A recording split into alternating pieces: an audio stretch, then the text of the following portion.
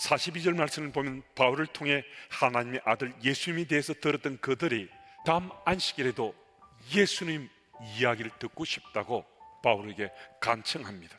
또 43절을 보면 바울이 예수 복음을 전했던 그 회당의 그 모임이 끝난 후에 유대인들과 유대교에 입교한 경건한 사람들이 바울과 바나바를 많이 따랐다고 말씀합니다. 그때 두 사도가 그들에게 말하기를 항상 하나님의 은혜 가운데 있으라라고 말씀합니다. 한 주간이 지났어요. 다음 안식일이 되었는데요, 비시대 안디옥의 회당을 그 동네 사람 거의 다가 찾아들었다고 말씀이 기록합니다. 어떻게 일주일 만에 온 동네 사람들이 다 회당을 찾아서 예수님 이야기를 듣고자 할 만큼 그런 놀라운 일이 일어나게 했는가 하는 것입니다. 은혜잖아요. 하나님 은혜 아니고는 어떻게 이런 일이 일어났겠습니까? 근데 비시디아 안디옥에 거주하는 이 주민들이 은혜를 받았는데 그들이 은혜 받은 표징이 어떻게 드러났는가 하는 것입니다.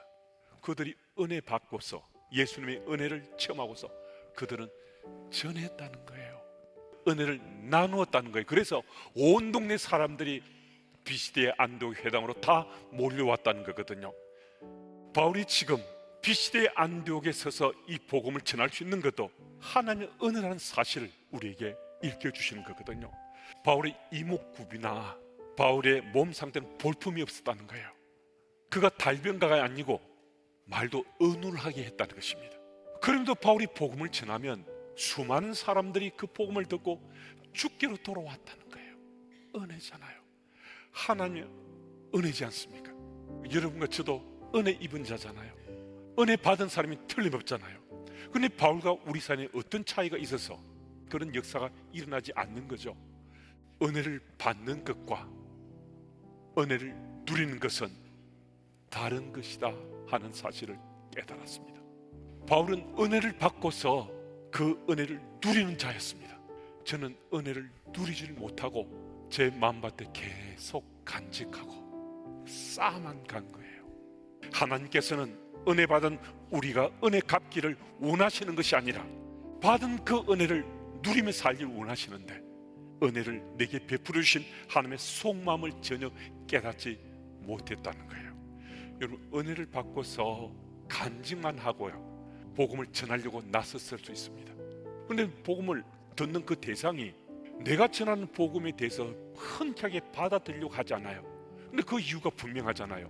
나는 은혜를 분명히 받은 자인데 내가 은혜를 누리지 못하니까 내가 은혜 받았다는 내 삶의 스토리가 전하는 상대방에게 부담이 되고 불편한 거예요.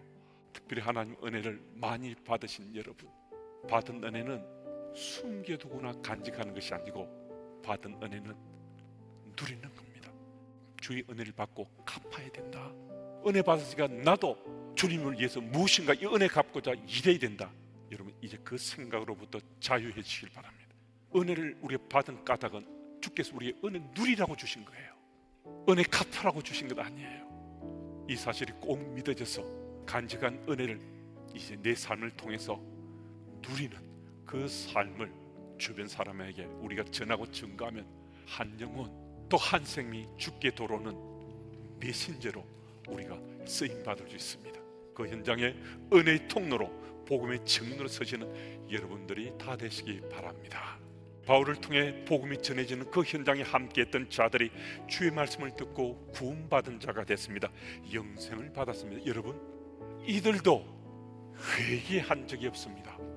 바울을 통해 전해진 주의 말씀을 듣고서 그들은 주의 은혜로 구원받은 자가 됐습니다.